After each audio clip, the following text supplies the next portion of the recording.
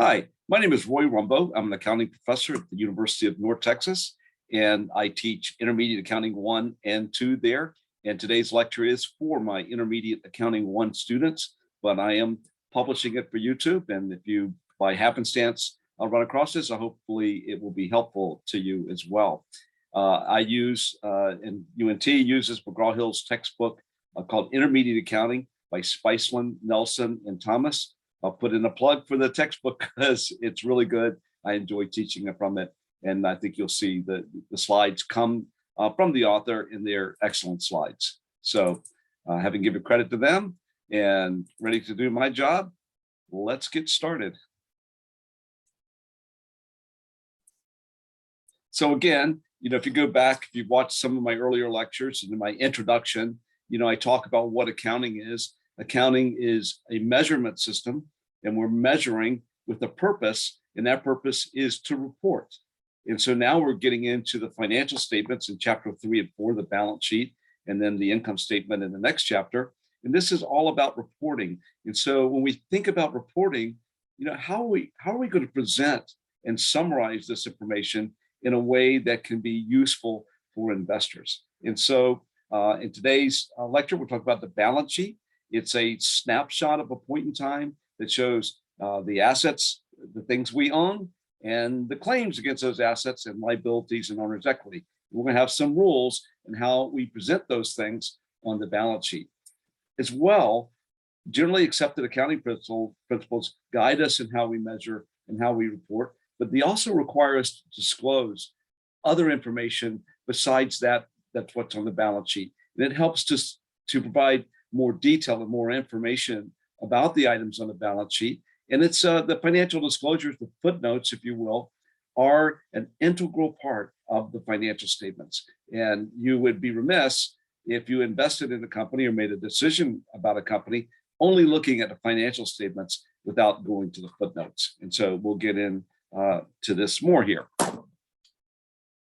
Okay, so the balance sheet is at a point in time where the income statement, the cash flow statement, that measures a flow of transactions, revenues, and expenses over a period of time.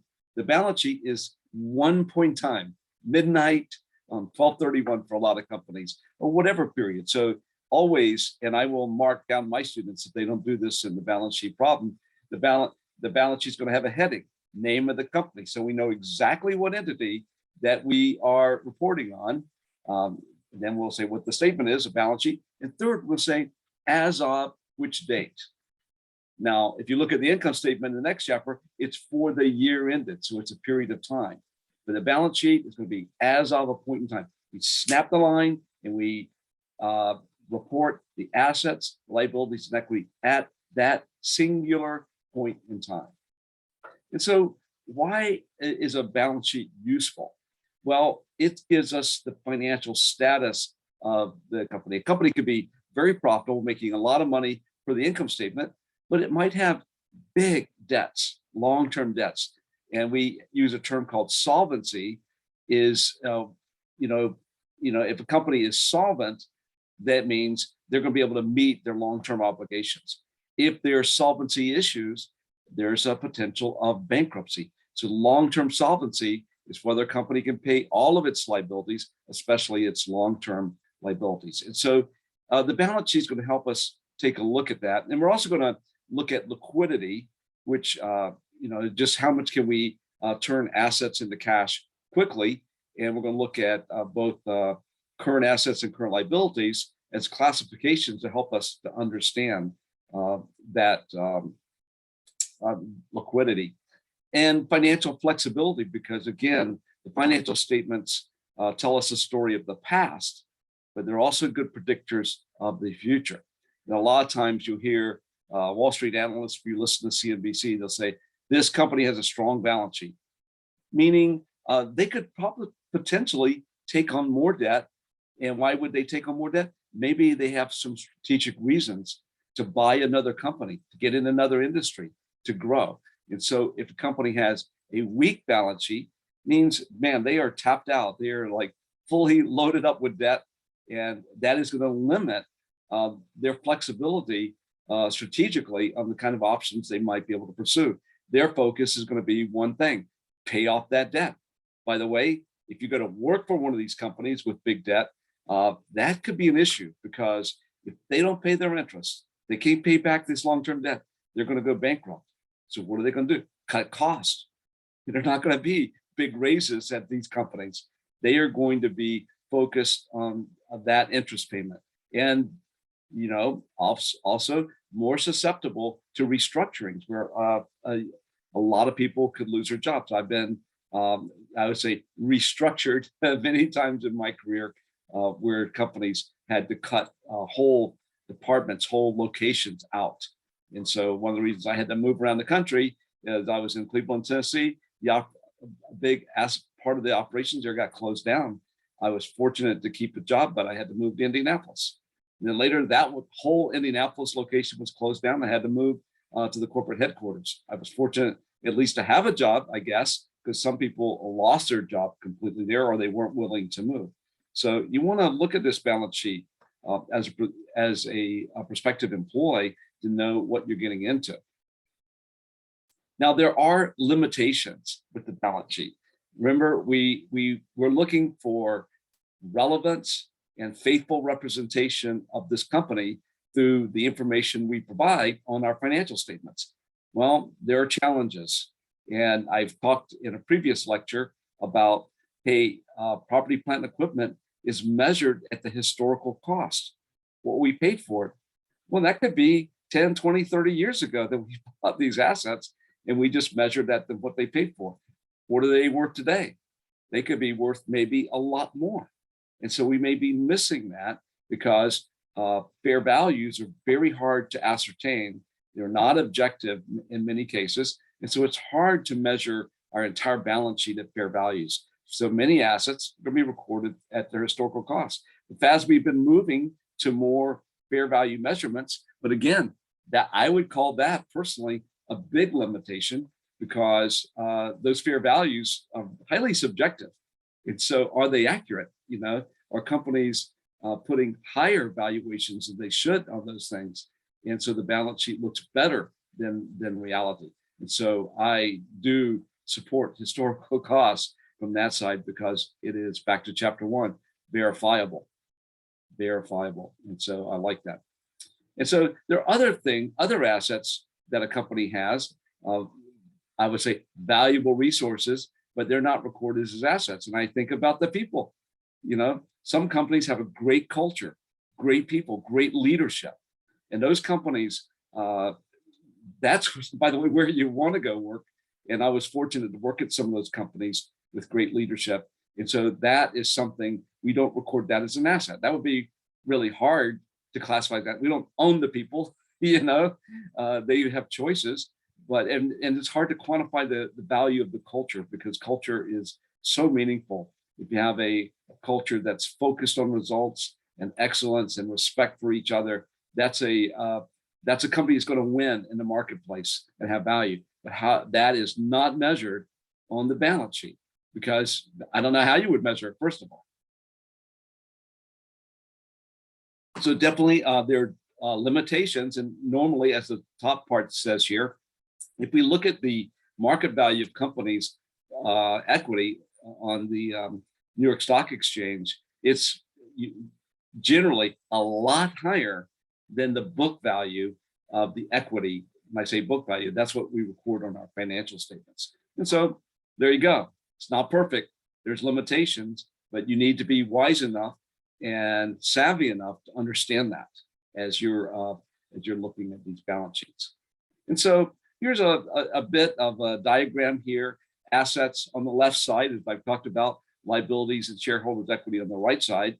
And then we classify assets as either current or long-term. Current meaning they'll turn into cash over the next year. We classify long-term liabilities as current or long-term.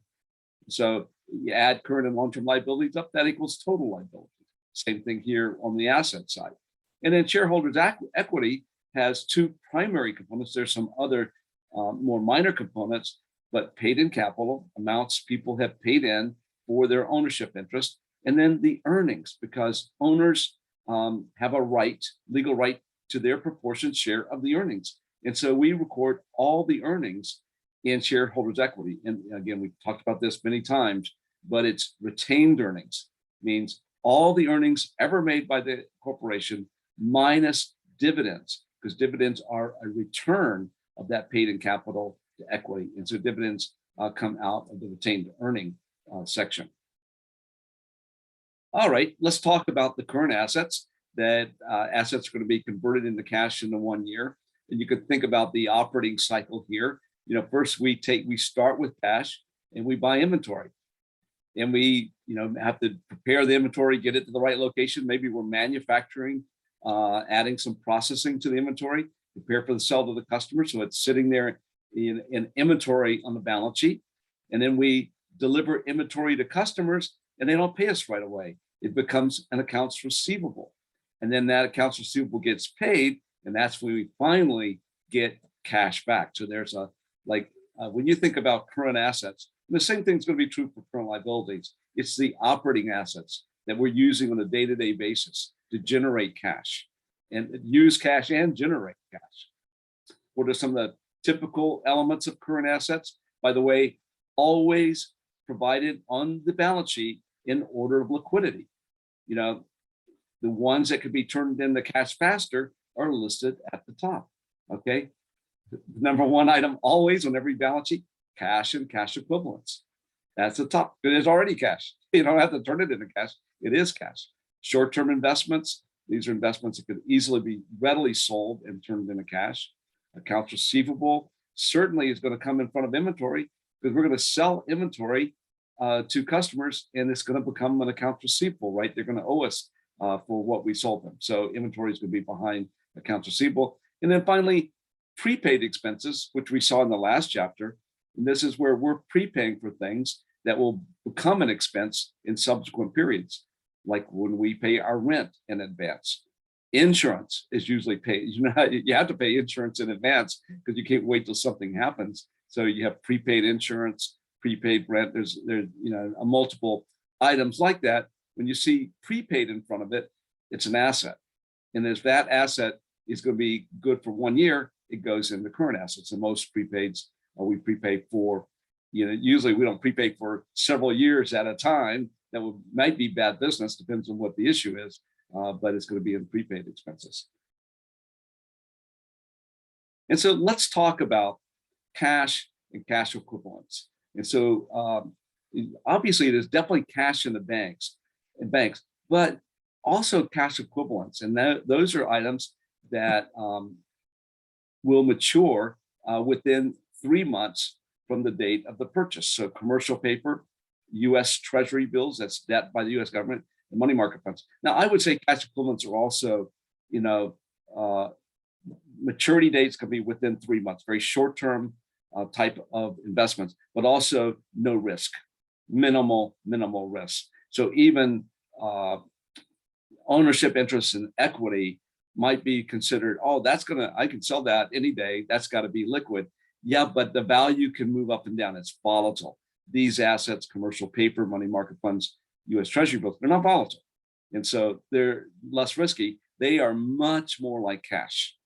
And treasurers, all the treasurers I know for the corporations I work for, if they have a lot of cash and corporations, good successful ones, generate cash every day, they have a lot of cash sitting around in their banks.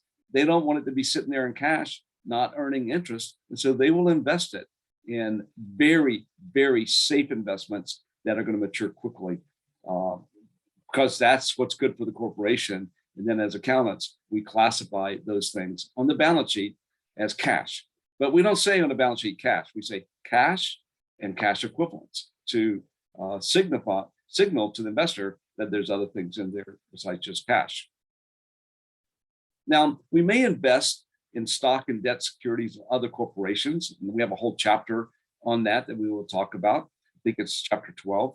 But, as long as the company has the intent to sell these in the next 12 months, we'll call them as short-term investments. And I want to get into this. There's a lot of rules around this, but I think the key point here is, hey, we could have a short-term investment line item in current assets. Accounts receivable, we will get into that in a few chapters from now, but many people call these as trade receivables, but they come from only one purpose: the sell of goods or services to a customer on account. Means we're going to deliver the product or provide the service, and we have already an agreement with them. They're going to pay us later. Usually terms on accounts receivable are 30 to 60 to 90 days. And there's generally speaking, like 99% of the time, no interest on receivables. Just a way of doing business. By the way, we're going to see in liabilities, we don't pay our vendors right away either. And so we're going to also have accounts payable on our side in the liability section. Now, a note receivable is usually a longer term, than the accounts receivable, but it could still be in current assets. So we have to look at the note. Is that going to be, is that due? Is our payment from our, whoever we've given this note to, is it due back to us within 12 months? Well, then it goes in current. If it's a note receivable that's going to be 18-month, 24-month, 3-year note receivable, not to be paid in the next 12 months, it goes in long term. And so note receivable will have a formal agreement, and note receivable will have interest component. All right, and then inventory. Now, if we're a manufacturer, we break the inventory into 3 areas. You can see Intel, how they've done that: raw materials, work in process, finished goods. So raw materials, and I won't use Intel because I don't know as much about them as I do the companies I work for.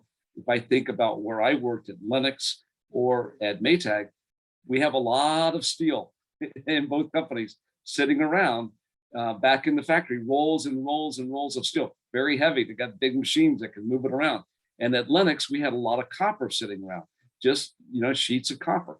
That's what we would call raw materials. Well, when those move from the warehouse where we store those raw materials to the factory, to the assembly line and the processing area, now those raw materials are being processed into finished goods, but they're in transit at this point. So we may have a whole bunch of inventory, just work in process. Means it is in the factory being processed. Can't sell it. That's why this is an interest. These two, I guess you could sell your raw materials somewhere, but if it's work in process, you can't sell it because it's like halfway done, impossible to sell. So it becomes interesting for people looking at the financial statements to understand that. But after we've completely finished the product and it rolls off the assembly line, it's a finished good. Go to a finished good warehouse where we can ship it to a customer. And so if we look at Intel, it is kind of interesting to me. They have $3.9 billion in work in process. And so, they make computer chips. So they've got a lot of silicon wafers. And I think someone in one of my classes said, I said, man, that's really surprising they have so much. And I think he used to work for Texas Instruments and said, well, there's a lot of processing stages for these computer chips. So it takes time for them to roll through all of the different stages of processing. And so he was not surprised that Intel would have such a large amount in work in process. And I imagine also when they come off the line for finished goods, they're sold pretty quickly. And we see that today, the big demand and supply chain issues here in 2022. And so finished goods for computer chip manufacturers is probably near zero because they can sell it immediately once it comes off. And we've talked about prepaid expenses. That's when we buy something now that we're going to get the benefits of later, and we will expense it as we get the benefits, but not when we pay for it up front. That becomes an asset for us that we know we have a future use for these. I mentioned prepaid insurance and rent, but also supplies could be considered a type of prepaid expense. Long-term assets, we'll spend a lot of time here in Intermediate Accounting 1 talking about long-term assets, but they're going to benefit us for more than a year. And so, by the way, we are going to be benefiting from those assets. So we're going to have to find a way to expense that use of the asset, but now we're going to expense it over several years, not just in the next year as we're using it. And so that's where we'll get into depreciation expense. Intangible assets are things like patents, copyright, franchises can be intangible assets. Goodwill, it comes from acquiring another business. We'll talk a lot about that. I'm definitely not going to talk about deferred income taxes now. Certainly a whole chapter in intermediate accounting 2 at UNT, not a fun chapter for sure. That's a tough chapter. And then we could have other investments that are not directly used in the business, and longer term investments in equity or debt securities. They could be held for speculation, but a lot of times these might be held for strategic purposes. Property, plant, and equipment. These are tangible, touch and feel assets. You can see them. They're used in the operations. It could be big factory machinery, forklifts, the building, the roof on the building, and this is, we typically refer to that as PP&E, or property, plant, and equipment. And so, and they have some more things here: furniture, natural resources, mineral mines, and hey, we're in Texas, oil wells. Intangible assets, we've mentioned that. It could be patents, copyrights, trademark, franchises, and we will amortize those into expense as they're used, and they benefit us, and they're, again, generally speaking, have rights for longer than 1 year, so they're in long-term assets. And we could have other long-term assets, things that could be a long-term prepaid expense. We pay for something that we're not going to use in the next year, but we're going to benefit us beyond a year. And so we have to think about those things and make sure we have the category right. Switching gears into current liabilities, and these are also considered operating liabilities, like current assets or operating assets. These come from the kind of operations that are happening right now, and we'll have to pay them in the next year. Accounts payable.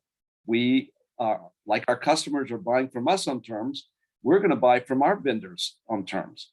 And we take the product, the inventory now, steel, copper, whatever, and we'll pay for it in 30, 60 to 90 days.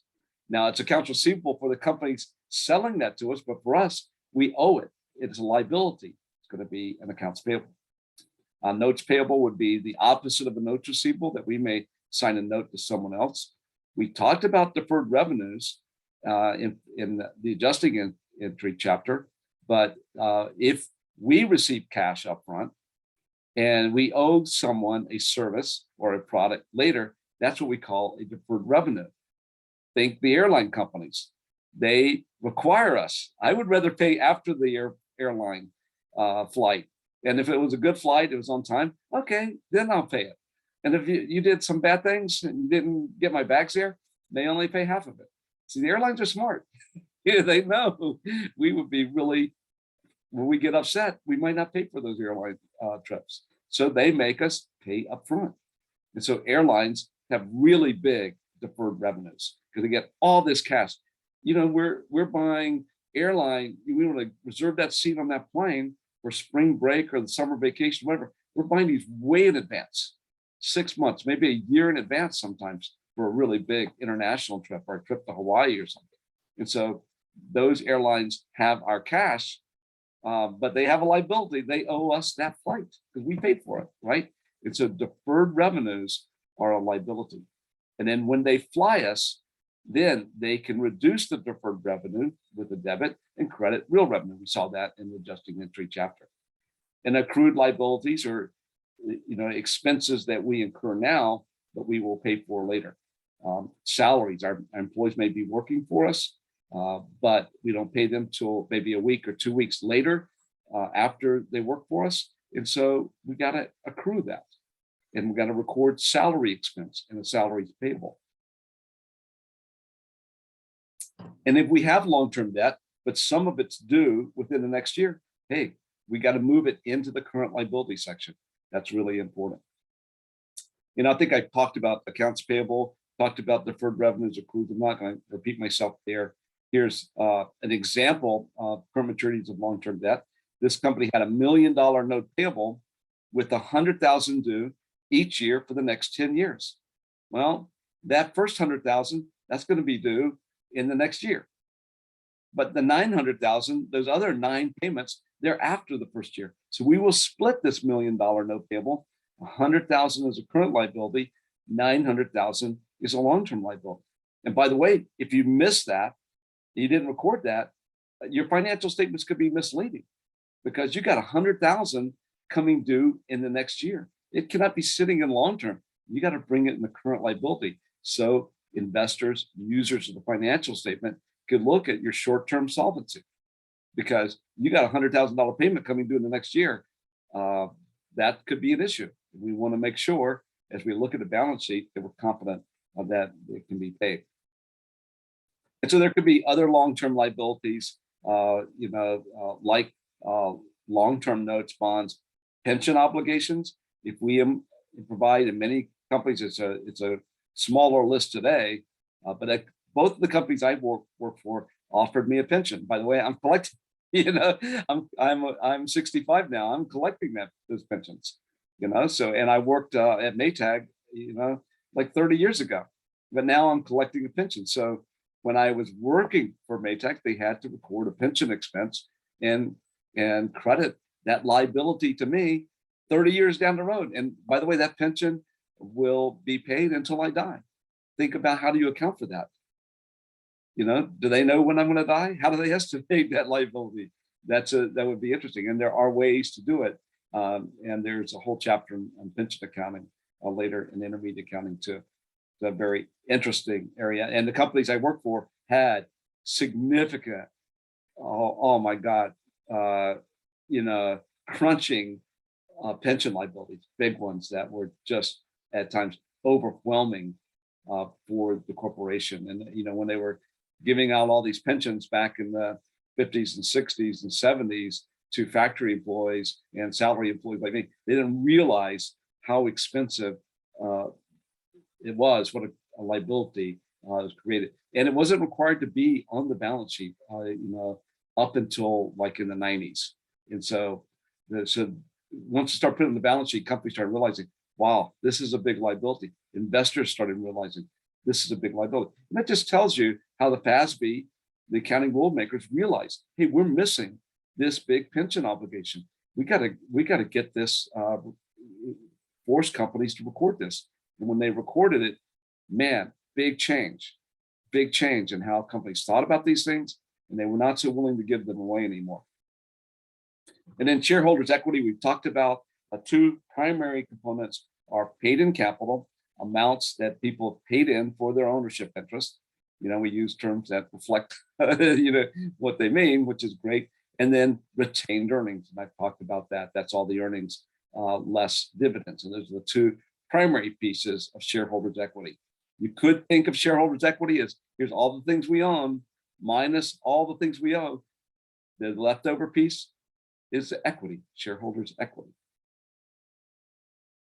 So switching gears to disclosures, companies, especially public companies, and maybe even many private companies, but for public companies law, you have to complete an annual report. It's called Form 10K that's filed with the Securities and Exchange Commission. And it used to be all these were mailed to shareholders. Many times now it's an electronic, information. You have to get it electronically.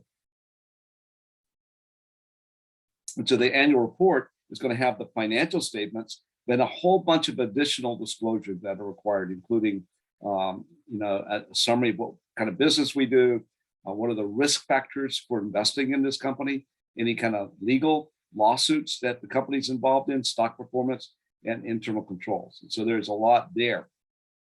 And there are also what we call disclosure notes. I'd like to call them footnotes. The footnotes themselves are an integral part of the financial statements. And it's important to be able to look at those.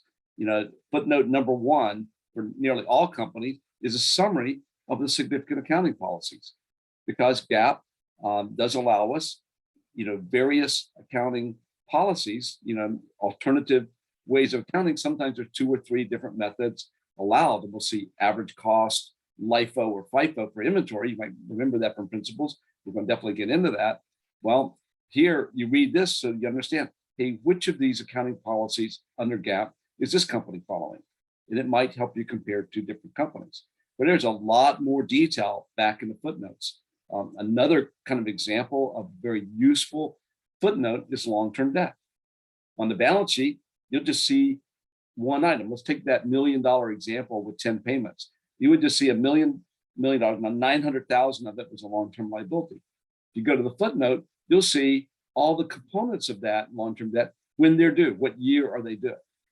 And so if you got a big long-term debt on your balance sheet and it's due in 2 years, that's very different than a big long-term liability that's due in 10 years. And so you could think differently about the solvency of that company and whether you want to work, invest, loan money to that particular company. So it's very, the disclosure notes provide a lot of useful information. I talked about significant accounting policies. Subsequent events is a required footnote. If something happens after the financial statement date that maybe doesn't relate to things before that, if something, you find new information after the balance sheet date that relates to something before the balance sheet date, you haven't issued your financials, you got to reflect that in your financials. You can't ignore that. But there's some things that happen after the balance sheet date. What if there was and this has happened in companies I work for, tornado hit one of the factories after the balance sheet date, and it's a material event. It's going to really hurt the supply chain, the ability to supply products. That would need to be disclosed in a subsequent event footnote. So that's an important footnote. If the company issued new debt or equity after the balance sheet date, so it's not on the balance sheet, got issued after the balance sheet date, that would be we would disclose that to investors so they have the full information. If we sold a significant amount of our assets after the balance sheet date, so that our balance sheet doesn't reflect that reduction in assets because it happened after the balance sheet date. So this is what we call the subsequent event footnote, and that is usually the very last footnote in most companies I worked in. So you got to get all the way back 40 pages back to find that. That might be important to know. Some of the things that could matter that would be disclosed if you had related party transactions, where maybe the owner one of the owners of the business may have a very large ownership position in the business, and we have some transactions with that owner, business transactions. Well, were they at a arm's length price? When you have related party transactions, you got to question, was that good for the shareholders? If you had a related party transaction. So all related party relationships and transactions must be reported. If there was any errors or fraud, you'd have to disclose that. Any illegal acts, bribes, Foreign Corrupt Practices Act, it's illegal to bribe a foreign official. And executives from companies have gone to jail for that. So if we find that, we'd want to make sure we disclose that. And I agree with this statement. The most frequent of these is related party transactions, because almost all corporations have some level of related party transactions. Again, for public companies, you're required to provide what we call MD&A, Management Discussion and Analysis. And the goal of MD&A, I've written so many of these, or my staff has written so many of these. We had to do an MD&A every single quarter, and that went with our quarterly and then annual filings with the Securities and Exchange Commission. And it would be a 20 or 30 page document. Not only do accounting rules maybe tell us what to disclose there, but the Securities and Exchange Commission has their own regulations of all the things they want to see in MD&A. And they want this to be more informal than the footnotes and discuss the business through management's eyes. How are we thinking about the business? What happened during the quarter? And even some forward-looking information, how we see the future playing out, both in terms of how would our business operate, liquidity. It would be a lot of discussions if we have some significant debt covenants. Some debt agreements have some covenants that if you break these, the debt comes due. And so there may be disclosure of the debt covenants and how we're doing against those in our capital resources. So it's pretty interesting. There's a lot of information in that MD&A. It's kind of fun to read, but you need some time because they're long. They could be 20 or 30 pages, but that's a much more in-depth discussion of what happened, and the story behind the financial statements really important and a good read. After Sarbanes-Oxley, we talked about that in an earlier chapter. There have been a lot of frauds. Company here in Texas called Enron, and the financial statements were totally incorrect, fraudulently created, and the CFO and the CEO said, "Hey, that was the corporate controller." That would have been me, because I was a corporate controller in the companies I worked at. And they said, "Hey, we didn't read it. That guy did it. He screwed it up. We didn't even read the financial statements. I'm not an accountant." And that was just such a lame argument for the CEO, and even more so for the CFO. CFO ended up going to jail for 9 years. So big, big deal. CEO also got put, was going to be put in jail. And I think he might have passed away. I keep remembering the whole storyline. So because of all that happened with Enron, now the Securities and Exchange Commission, and this was through a law passed by Congress, Sarbanes-Oxley Act, there is a management opinion in the filing, and also certification that we acknowledge that we are responsible for these financial statements as the executive. The CEO and the CFO have to sign this certification, and there has to be a management opinion that our internal controls are operating effectively. And so there's a lot of work behind these certifications. I know at my company, we sent out significant checklists and disclosure requirements to all of our businesses throughout the world. And the leaders of those businesses had to certify to the CEO and CFO that there were no issues in their businesses. And I actually led that process, had to compile those. And there's always things they mention, except for this, we had this fraud or whatever. And then once a quarter, I sat down with the CEO and CFO, and I walked through all the things that had come to our attention through this disclosure checklist process. And sometimes the issues were small, but we would have robust dialogue around them. And not only was I there, our general counsel was there. And our VP of internal audit, and we had kind of a broad discussion. Can we certify our results, given that these things minor in nature and we don't have to worry about it, or there's something that's more important there? And so we had a whole process to be able to certify. So it's only like a one-page certification, a lot of work behind that certification, because the CEOs know it's a criminal violation to sign that if you haven't done the appropriate amount of effort to ascertain that you can certify that. You cannot just put your head in the sand and say, "Well, it's everything I know, but I don't know much." It's a very serious certification. So you want to make sure you see that, and that in the financial statements that you're looking at. And the auditors themselves also provide, so the last slide, this was around management's report about internal controls, about certifying results.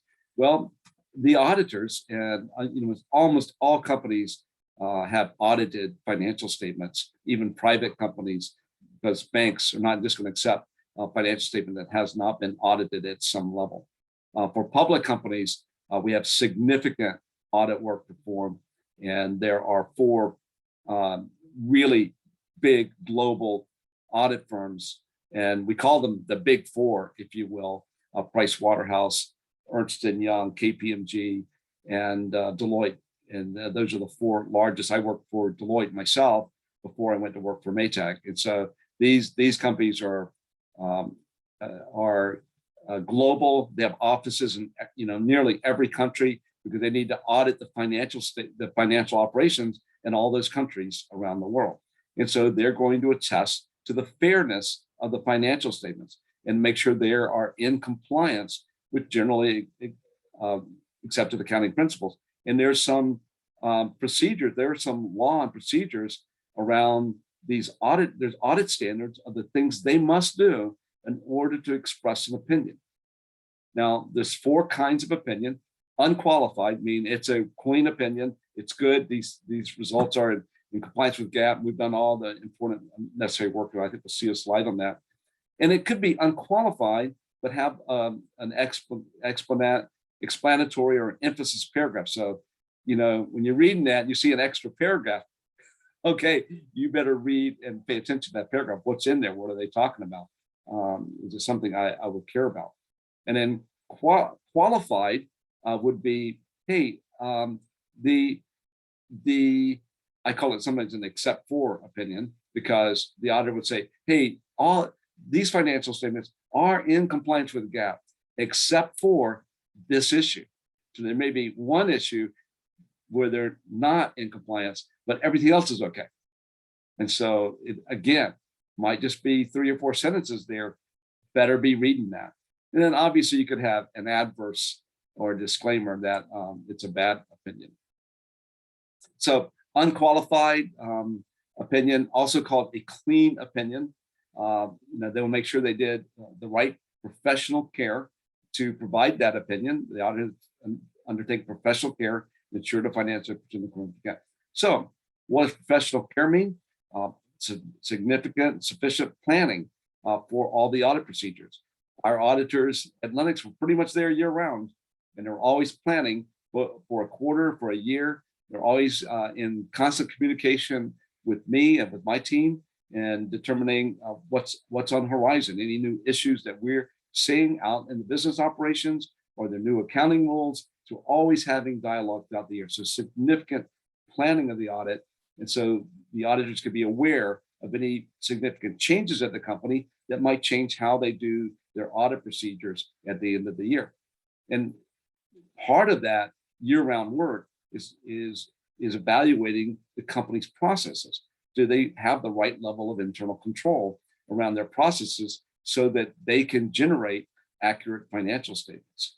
And if you look at a lot of large companies rely on big, significant accounting systems like SAP, there's going to be a lot of work around looking at the controls over the SAP, who has access to it, who can change the financial information there, who has access to payroll data, and can people manipulate this? So there's a lot of work around all the accounting systems, and we generally had to identify all of our key 20 or 30 accounting systems around the world that really mattered, that could impact the financial statements. And there was a lot of work around this area for sure. And then finally, they have to gather evidence to, you know, attest to the accuracy. Back to verification from chapter 1. They will try to verify our financial statements. If something was recorded at historical cost, they're going to see that invoice and see the check you cut to pay for that. So they can verify that. And so there's a lot of work that's done. So I mentioned unqualified with an explanatory paragraph means, hey, the auditors, the financial conformity to GAAP, but there's some things you need to know if you're using these financial statements. Maybe they were inconsistent. Maybe last year had a different accounting policy for inventory than this year, and they're going to highlight that. Going concern. This business, all the financial information assumes, especially long-term assets, that this business is going to continue to operate for many, many years. What if it doesn't look like that? And they could, I call this a going concern opinion. You know, so hey, everything is good, but you should know there's an issue with this corporation continuing to exist. So that might be an important explanatory paragraph in that auditor's report. You might want to do that. Or if there had been a material misstatement that at this point it got corrected because it's an unqualified opinion, but that would be another paragraph. You might want to read that, and the audit opinion may also have some kind of emphasis that would matter. Again, other audit reports, you know, maybe it did financial statements does not conform. So this would be more like an adverse opinion. There were inadequate disclosures. The financial statements are right, but they didn't disclose everything they should have. Here's C, a really big one. They didn't allow us to look at everything. There was a limitation on the scope of the audit work that we could perform. So the company didn't allow us to see everything. Wow, how does that happen? Well, if you think about companies with large operations in China, maybe the Chinese government doesn't allow US audit firms to go in there and look at all that information. So there may be a limitation. We looked at the whole business, but we could not fully examine the operations in China. Now, if you get that in your audit, you see that in your auditor's report, you might want to go back to the footnotes to see how much business do they do in China, to see, do you care about that? So people using financial information, they are, financial, except for MD&A, there might be a little forward-looking dialogue around what we see is going to happen in the future in the management discussion analysis. But generally, this is all historical information. But looking at historical information, users want to make and ascertain, hey, what's going to happen going forward? What's the future outlook? And they're looking at solvency, default risk. This company may not be able to pay all of its obligations. Maybe the obligations are overwhelming. They're too big. What's the operational risk? Again, one of the things I think about is pricing. Look at their gross margins. If their gross margins are trending down, gross margins means revenues minus cost of goods sold. So the products, inventory we're buying, the inventory we're selling minus the cost of that inventory. So that's called gross profit. Well, that's trending down. Maybe there's an issue with the company's brand, that they're not able to command pricing, or there's a lot of competition going on in the industry. And if those gross margins continue to trend down, that could be a challenge. Maybe the future financials will not look as good. And there's a lot of other things you would look at trends there and try to understand what's the risk for the future. On the opposite side, it's trending up. And so you feel like, oh man, this is a growth company. Maybe the stock market hasn't seen what I see is the growth in the future. And I see that trend up. I might want to invest in that and get in earlier before other people see that. There's all kind of analysis we can do of financial statements, comparative financial statements. The Securities and Exchange Commission requires public companies to provide 3 years of income statements and 2 years of balance sheets. So therefore, you can see that trend I was just talking about. You can see how different information is trending. Horizontal analysis, meaning each item is presented as a percent of a base year amount. I don't know if I've done much horizontal analysis, but vertical analysis, yes, each item is presented as a percentage of a total. So you especially see that with revenues being the denominator. So gross profit margin, that's gross profit divided by net sales. Operating income expressed as a percent of revenues. And then net income, that would be net income divided by revenues, return on sales, ROS. That's a really big a vertical analysis. And then finally, ratio analysis, which we've seen some of that, and we'll see more, where financial statement items are converted to ratios. Here are a few of those. Liquidity, this is just current ratio, current assets divided by current liabilities. We want those things that are going to turn into cash in the next year to be greater than those things we're going to have to pay in cash in the next year. So we want this ratio to be greater than 1.0. And maybe we need to even drill down a little bit more and look at the quick ratio. The quick ratio excludes inventory and prepaids. It only looks at cash, accounts receivable, and short-term investments. So maybe there's problems with the inventory. So now we can do quick assets. We're going to quickly turn into cash divided by current liabilities. Again, if that's greater than 1.0, we don't have any short-term liquidity issues. If you have liquidity issues, what's going to happen? Companies going to have to go borrow money. Can they borrow money? If they can't borrow money, they may have a short-term cash crunch and have problems. And so these are kind of things we're trying to look at. So working capital is just current assets minus current liabilities. And so a lot of times we call this the operating assets and liabilities because of their nature. But we want working capital again to be positive. We want to have more current assets than we have current liabilities. And here's that current ratio we just talked about, current assets divided by current liability. We see Nike's is 2.93. So it's a lot greater than 1. So we know they don't have any liquidity issues, that these current assets of 16 billion are a lot greater than their current liabilities of 5.5 billion, almost a 3.0 current ratio. And here, now we exclude the inventory, and we just excludes inventories and prepaid items and restricted cash, and we'll get into that.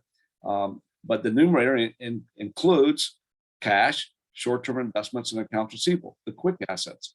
And look at Nike, still greater than 1. Nike is not worried about them from a liquidity standpoint. And if we have ratios, now we can compare them to the industry. We can look at industry averages, or we look at other companies.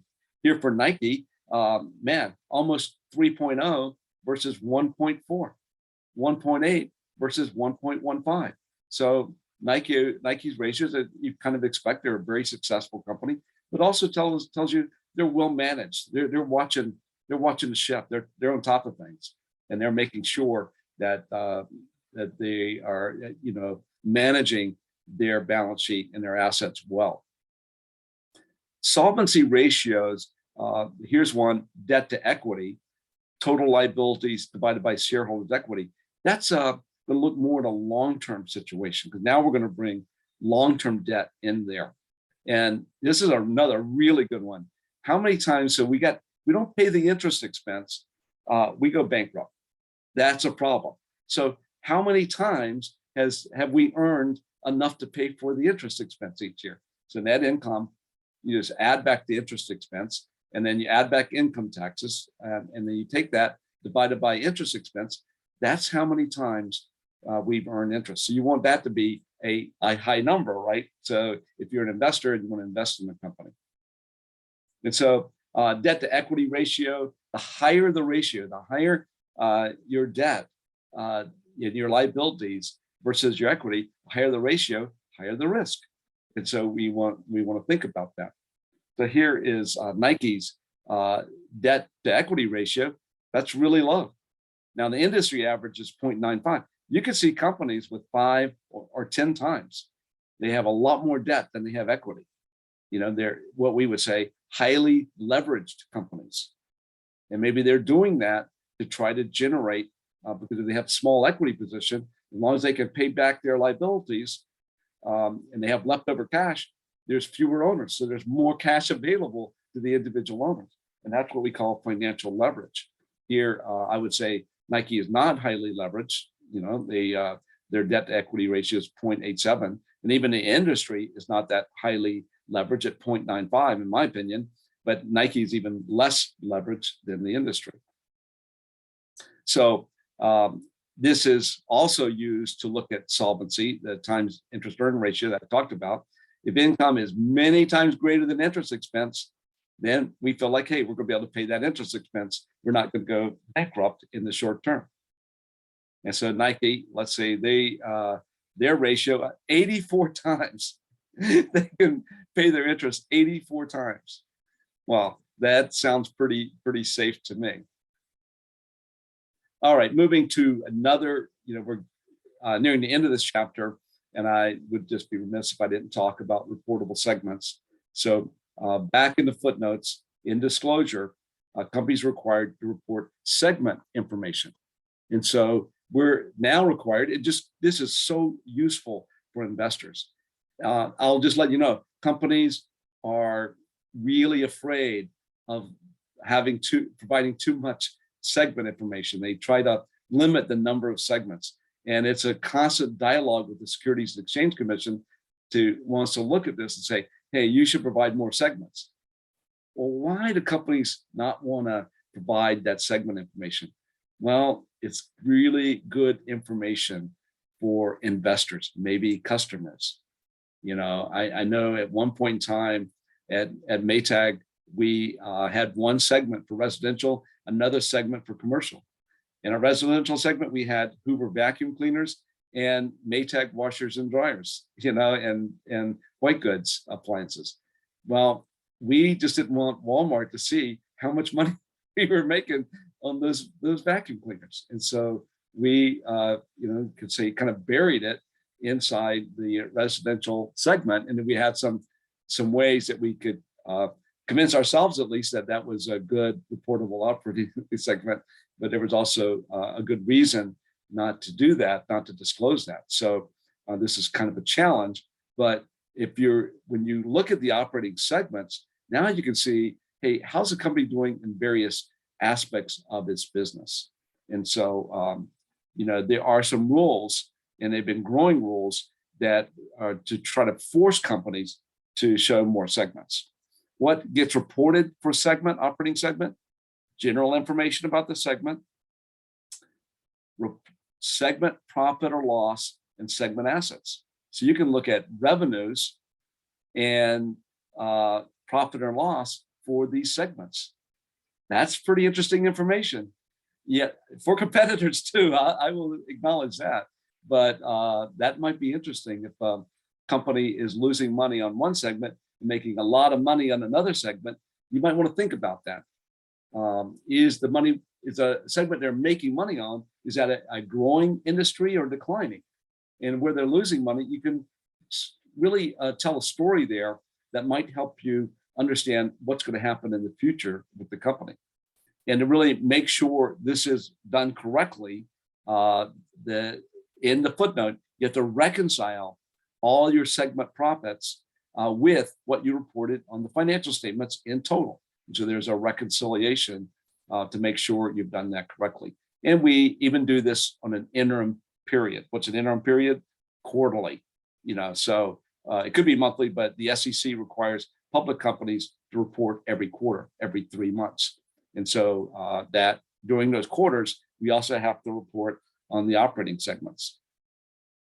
Here's Abbott Labs that shows their segments. I'm not going to get into this here, but you can see cardiovascular, the different types of drugs that they sell. You can see their revenues and their earnings. Looks like most of their earnings are coming from heart, cardiovascular. So that's kind of interesting. You can see kind of the assets for that.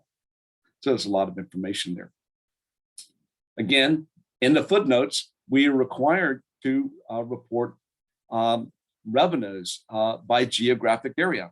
This is a good place to go to see if the business is primarily US and Canada, North America, or does it have a lot of businesses around the world? And so you can look at that and understand that. And you can report also other things, long-lived assets in these geographic areas. Another disclosure that's required is if the corporation has one single customer that's greater than 10% of the revenues, well, that's a risk, because if something happens to that customer, that's a problem. And I've seen customers decide not to sell Maytag appliances anymore, and they're going to GE or Whirlpool, and that is a big pain, right? And for Maytag, Walmart was one of those customers that had more than 10%. I think Home Depot at one point in time and Lowe's were also getting up there close to that percent. But I remember disclosing Walmart back for Maytag. So that's interesting information. Again, buried deep in, you'd have to go kind of find that, and which would make it hard. So again, what I say about the footnotes and disclosure, devil's in the details, lot of information there, and it's important to read that. And those footnotes and disclosures considered an integral part of the financial statements. The auditors audit the financial statements and the footnotes. And a lot of those footnotes, as we've seen here, I showed you just a glimpse of some of these things, like the major customers in segment reporting, required disclosure, required by the Securities and Exchange Commission, and also by the FASB, who sets the rules for this. And so with that, that's the end of the balance sheet and financial disclosure. That was a lot of information there. And I hope that you found this presentation useful for you. And again, just wish you the best of luck as you continue to study intermediate accounting.